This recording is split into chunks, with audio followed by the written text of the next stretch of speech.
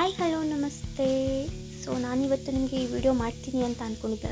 ನಾನು ಮಾಡಿರೋ ಈ ಒಂದು ಸಣ್ಣ ಮಿಸ್ಟೇಕಿಂದ ನಾನು ನಿಮಗೆ ಈ ವಿಡಿಯೋನ ಮಾಡಬೇಕಾಗಿ ಬಂದಿದೆ. ನಾನು ಮಾಡಿರೋ ಮಿಸ್ಟೇಕು ದಯವಿಟ್ಟು ನೀವು ಯಾರೂ ಮಾಡೋಕ್ಕೆ ಹೋಗಬೇಡಿ. ಆ ಮಿಸ್ಟೇಕ್ ಏನಪ್ಪ, ಏನೆಲ್ಲ ಆಯಿತು, ನನ್ನ ಮಗಳು ಯಾಕೆ ಹಾಸ್ಪಿಟಲಲ್ಲಿ ಇತ್ತು ಅನ್ನೋದನ್ನು ನಾನು ನಿಮಗೆ ಈ ವಿಡಿಯೋದಲ್ಲಿ ಹೇಳ್ತಾ ಹೋಗ್ತೀನಿ ಫ್ರೆಂಡ್ಸ್. ಮೊದಲಿಗೆ ಮಕ್ಕಳಿರೋ ಮನೇಲಿ ನಾವು ಏನೇನೆಲ್ಲ ದೂರ ಇಡಬೇಕು ಅನ್ನೋದನ್ನು ನಾನು ನಿಮ್ಗೆ ತಿಳಿಸ್ತೀನಿ. ಆ್ಯಂಡ್ ಆಲ್ಸೋ ಈ ಲಾಸ್ಟ್ ವಿಡಿಯೋದಲ್ಲಿ ಆ ಥಿಂಗ್ಸ್ ಏನೇನು ಅನ್ನೋದನ್ನು ಸಹ ನಾನು ನಿಮಗೆ ಫೋಟೋ ಹಾಕಿದ್ದೀನಿ ಫ್ರೆಂಡ್ಸ್. ದಯವಿಟ್ಟು ಯಾರೇ ಆಗಲಿ ಮಕ್ಕಳಿರೋ ಮನೆಯಲ್ಲಿ ಈ ವಸ್ತುಗಳನ್ನ ದಯವಿಟ್ಟು ದೂರ ಇಟ್ಕೊಳ್ಳಿ ಫ್ರೆಂಡ್ಸ್. ಯಾಕಂದರೆ ನಾನು ಒಂದೇ ಒಂದು ಸೆಕೆಂಡ್ ಯಾಮಾರಿದ್ದಕ್ಕೆ ಇವತ್ತು ನನ್ನ ಮಗಳನ್ನ ನಾನು ಹಾಸ್ಪಿಟಲಲ್ಲಿ ಅಡ್ಮಿಟ್ ಮಾಡೋ ಅಂಥ ಪರಿಸ್ಥಿತಿ ಬಂದಿತ್ತು. ಗಾಡ್ ಬ್ಲೆಸ್ಸಿಂಗ್ ಇರೋದ್ರಿಂದ ಅವಳು ಅದರಿಂದ ತುಂಬ ಸೇಫಾಗಿ ಬಂದಿದ್ದಾಳೆ. ಆದರೆ ಇದನ್ನ ನಾನು ಸ್ವಲ್ಪ ಯಾಮಾರಿದ್ದು ತುಂಬ ಸೀರಿಯಸ್ ಸಿಚುವೇಶನ್ಗೆ ಹೋಗ್ತಿದ್ದೆ ಫ್ರೆಂಡ್ಸ್. ಮಕ್ಕಳಿರೋ ಮನೇಲಿ ನಾವು ಖಂಡಿತ ನಮ್ದು 2 ಕಣ್ಣಿದ್ರೂ ಸಾಕಾಗಲ್ಲ ನೋಡ್ಕೊಳ್ಳೋದಕ್ಕೆ. ಎಷ್ಟೇ ಬ್ಯುಸಿ ಆಗಿದ್ರು ನಮ್ಮ ಇನ್ನೊಂದು ಕಣ್ಣು ನಾವು ಮಕ್ಕಳಲ್ಲಿ ಖಂಡಿತ ಇಡಲೇಬೇಕಾಗುತ್ತೆ.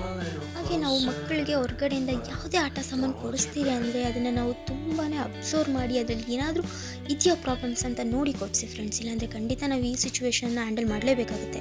ಮಕ್ಕಳಿಗೆ ಕೊಡಿಸೋ ಅಂತಹ ವೆಹಿಕಲ್ಸ್ ಆಗಿರ್ಬೋದು ಅಥವಾ ಚಿಕ್ಕ ಚಿಕ್ಕ ಫೋನ್ಗಳಾಗಿರ್ಬೋದು, ಏನೇ ಆಗಿರಲಿ ಫ್ರೆಂಡ್ಸ್, ನಾವು ನೋಡಿ ಮಾಡಿ ಕೊಡಿಸಿದ್ರೆ ತುಂಬಾ ಒಳ್ಳೇದು ಅಂತಲೇ ಹೇಳ್ಬೋದು. ನಾನು ನನ್ನ ಮಗಳಿಗೆ ಏನಾಯ್ತಪ್ಪ ಅಂದರೆ, ನಾನು ನನ್ನ ಮಗನಿಗೆ ಆಟಾಡ್ಸೋಕ್ಕೆ ಅಂತ ಒಂದು ಜಾತ್ರೆಯಲ್ಲಿ ಒಂದು ಸ್ಮಾಲ್ ಫೋನ್ ಕೊಡಿಸಿದೆ.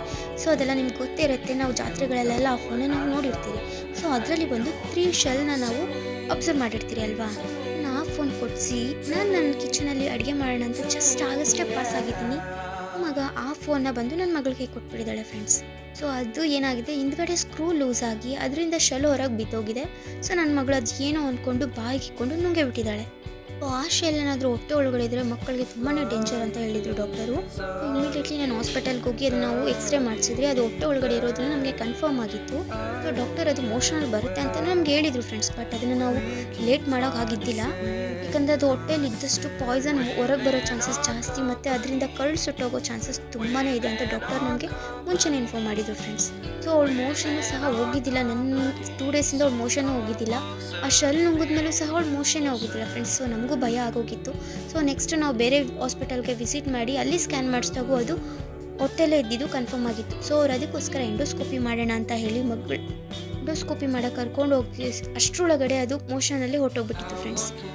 ಮೋಷನಲ್ಲಿ ಹೋಗಿದ್ದರಿಂದ ಡಾಕ್ಟರ್ ನಮಗೆ ನೆಕ್ಸ್ಟ್ ಡೇವರೆಗೂ ವೆಯ್ಟ್ ಮಾಡೋಕ್ಕೆ ಹೇಳಿದ್ರು. ಮೋಷನಲ್ಲಿ ಬರುತ್ತೆ ಅಂತಲೇ ಹೇಳಿದರು.